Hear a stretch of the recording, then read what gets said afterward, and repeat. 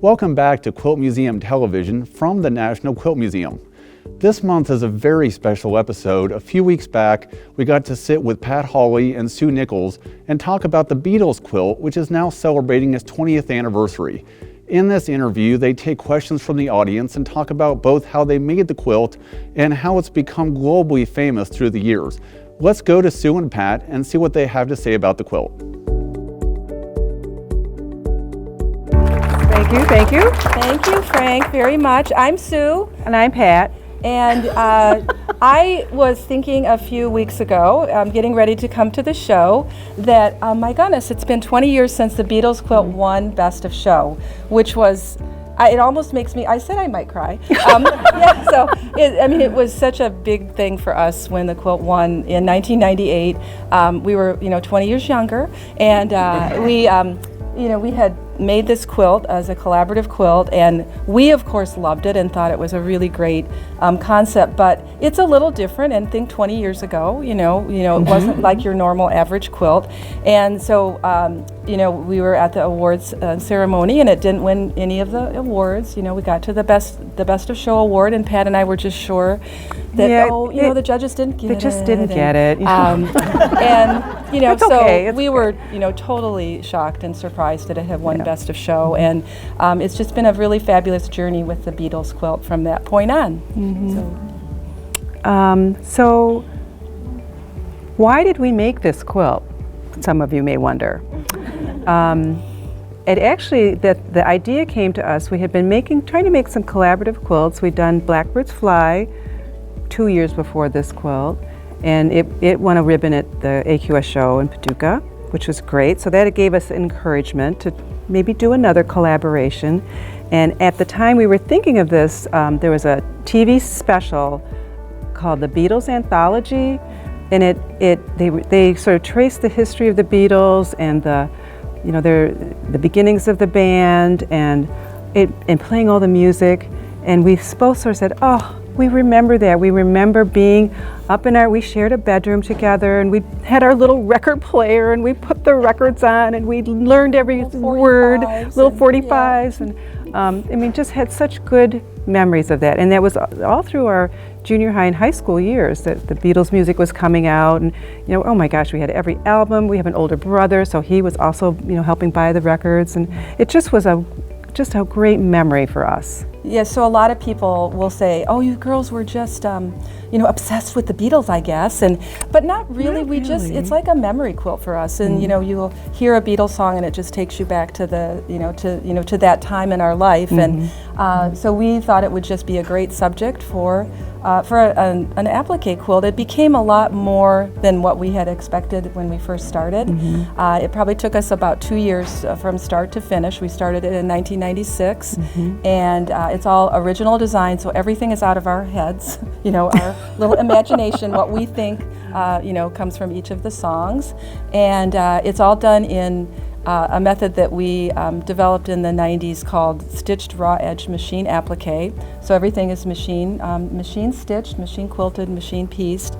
And it's a technique that allows us to get really good detail in applique. So we were able to, I think, do this quilt because of that technique, to get the small detail in all of the applique blocks, and to really tell a story with this kind of theme type of a quilt. And I remember when we first started experimenting, doing some little samples, I was so excited when we did the first little test, and I thought, this is going to work. We're going to be able to make anything we can draw, we're going to be able to have on the quilt in applique.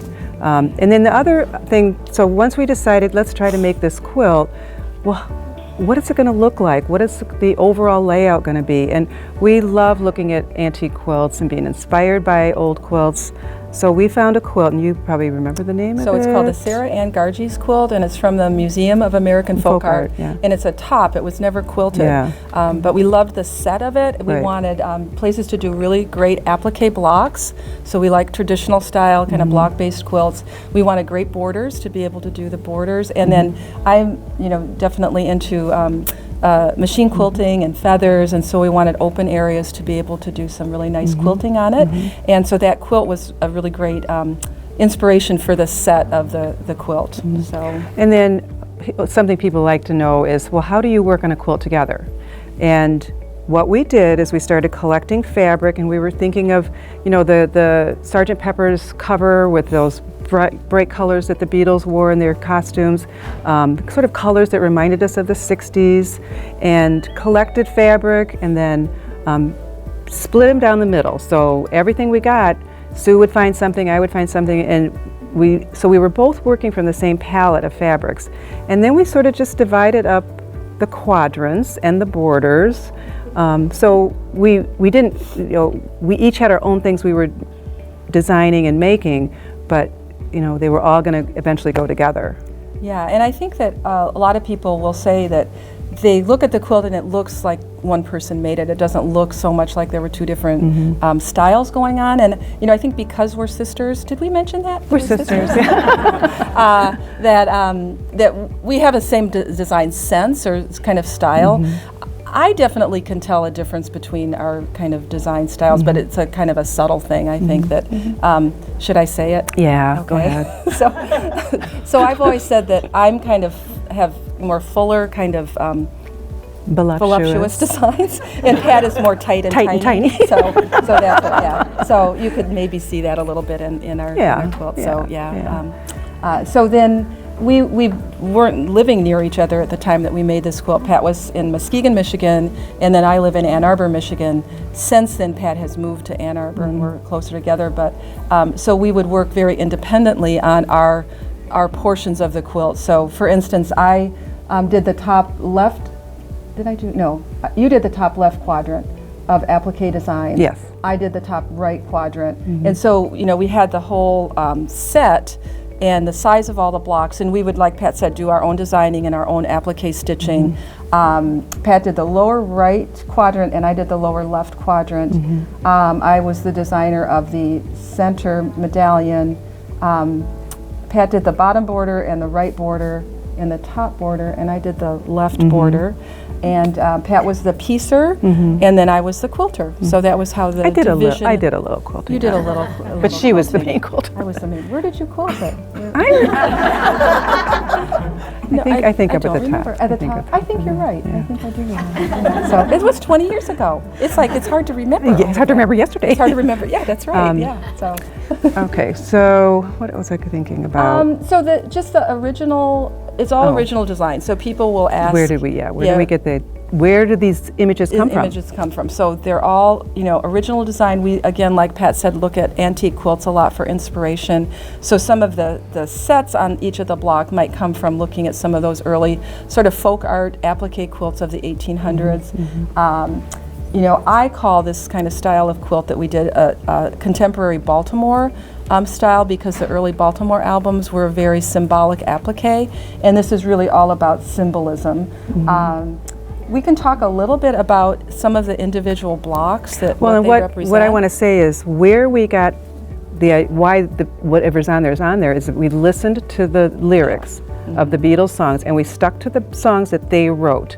So the early albums, they had, you know, maybe half covers of other artists and then their own, and the songs were very, you know, She Loves You, I Love You, P.S. I Love You, or, you know, there was not a lot of source of imagery. I say Pat got the hardest quadrant because the top left quadrant is the early three albums, the first three albums, which are very, sort of very simple lyrics, and But then she got the fun of having the later ones that had the white album all and some all of the kinds weird, of imagery, kind of weird kind of things going on. So it was really fun.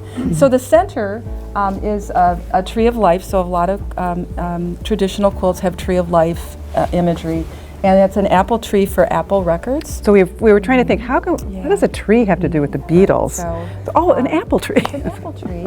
And then the four blocks surrounding are what we call the album blocks, and they each represent one of the Beatles. So I think the top, the one on the far right is George Harrison. I can't read that. It's the one we have a photograph of, so I see it all the time in the lectures. And so, you know, when you look at an album, a traditional kind of album applique block, you know, we have hands and guitars instead of flowers and leaves, and so we thought that was kind of appropriate. In the quilting in that center area, I love traditional quilting concepts, so a crosshatch grid seemed really appropriate. And then I wanted to incorporate some feather designs. In free motion writing around the tree, it says, "And in the end, the love you take is equal to the love you make." And those are the last lines from the last song that Lennon and McCartney wrote together. So that was very, very good. Yeah. Very good, Yeah. very touching. So, Yeah. so Pat could talk about maybe some of her blocks and maybe the Well, we can start at the, no. Yeah. I mean, it just depends on how much you want to know. No, We yeah, can talk about yeah. this. So You wanna do borders? so talk about your border. Well, the two borders, the one on the left has a vine with hands, and that is for "I Want to Hold Your Hand," which was the first #1 hit they had in the That U.S. we remember in the U.S. Yeah. There were other #1 hits in England first, Right, but right. it was the first one. And the hand is a very common image in old quilts, and the little The heart and hand. yeah. And where we got the hands, where we traced our hands, and my two daughters my and your two daughters. So it had some. We shrank them. They were, yeah, but we traced around them, but we- and yeah, I shrunk yeah. them down. So, So those are all of the girls. Yeah. And then the right hand border is for the song "Free as a Bird," which was put out during the Beatles Anthology, and it's a song John Lennon had started writing and composing before he died. So the rest of the surviving Beatles got together and added to it, and we thought that was a good, kind of a first and a last. Yeah. And I love to do kind of fantasy birds. So I know people that's- ask now, what type of bird is that? It's a fantasy It's a, bird. they're not. They're really there's not nothing real. about that bird. But I love this story. So when Sue was basically quilting that, and that's probably towards the last It would have part been the last border that you I were did. quilting. So she's kind of 120 really hours into getting the quilting. crazy about Yeah. this. So she decided that since at that time, and perhaps now, I don't know, in the UK, they referred to women as birds. They say, "Oh yeah, I'm dating this bird." So, so Sue, was a good. was that kind of Liverpool? That's kind of a good Liverpool accent. Yeah. So Sue decided, she started at the top, and she named each of the birds for the women in the Beatles' life. So yeah, so that was a little crazy Yeah, little side yeah. thing about the Beatles quilt. So All right, the top? let's see. I mean, the top is basically 1962 to 1970 are the years that they were together as a band and recorded. And then the bottom border, and I love doing these intricate pieced sort of sunburst shapes. So there's a ton of Beatles songs that refer to the sun. So that's what that's to represent. So this one here is for Sgt. Pepper's Lonely Hearts Club, and we were trying really hard to not use any copy any imagery from Beatles albums, or we wanted it to all be original design. And I originally had the center, I had drawn like the drum from the Sgt. Pepper's Lonely Hearts Club band, and then it said Sgt. Pepper's Lonely Hearts Club, and it looked too much like that, like it was a copy of that. So I just started all over again and threw that one away, and I did the 4 hearts in the colors of the uniforms on the Sgt. Pepper's Lonely Hearts Club, and then they have sad faces, so they're the Lonely Hearts, which was much better as an original concept, I think, than using that. Yellow Submarine was an album, but it also was the song, and it's probably the most recognized block of the quilt. I know that they were telling us here at the museum, it's the one that people recognize even if they're not super familiar with Beatles songs. There's little records over here that are the 3 The record labels that the labels Beatles that the recorded Beatles, on. yeah. And so A little map of England with a little heart where Liverpool is. So should I show this? Oh, all right, So yeah. we were at the show in obviously in 1998, and a group of British quilters were at the show, and they were quite impressed with the Beatles quilt. And They're Beatles. And we remember them saying to us, "Now why?" I don't do accents, so Pat could. Oh, now why would you make a quilt about our Beatles? There you go, perfect. And we said, "Well, we think they're kind of ours too. We love them just as much we as bought you the did." records. And then a few seconds later, "But we love it so much that would you like to come and teach for us?" And so we arranged to go teach in Birmingham area of England in 1999. And we, of course, this is a purchase award, and it lives in the National Quilt Museum, which we're very, very happy about that. It's where it should be, but we don't have the quilt to show. We just have slides of the quilt. And Pat and I thought, wouldn't it be nice to have a something physical that we could take of the Beatles quilt. So we made a smaller version of the Beatles quilt, and we call it the Baby Beatles quilt. And I take it with me whenever I'm lecturing. We'll let them hold it. Yeah, let's see, where's the top? So it's just kind of a scaled down version of the Beatles quilt. Yeah. So you can see, so we had a lot of the same fabric, and we used the same fabric that kind of left over, and then designed new blocks. Yeah. So I will say that I'm very willing to say this. So the lower square block is for the song When I'm 64, which is a favorite song of mine this year because I will be 64. And I've gotten all year to say I'm 64. So this is an important block for us, and we've all given away our secrets there. So center is for Tangerine Trees on Marmalade Skies from Lucy in the Sky with Diamonds. Oobla-dee, oobla-da, Molly is a singer. Come Together, and then Hey Jude. Hey Jude. Yeah. And then the borders again are kind of smaller versions of it.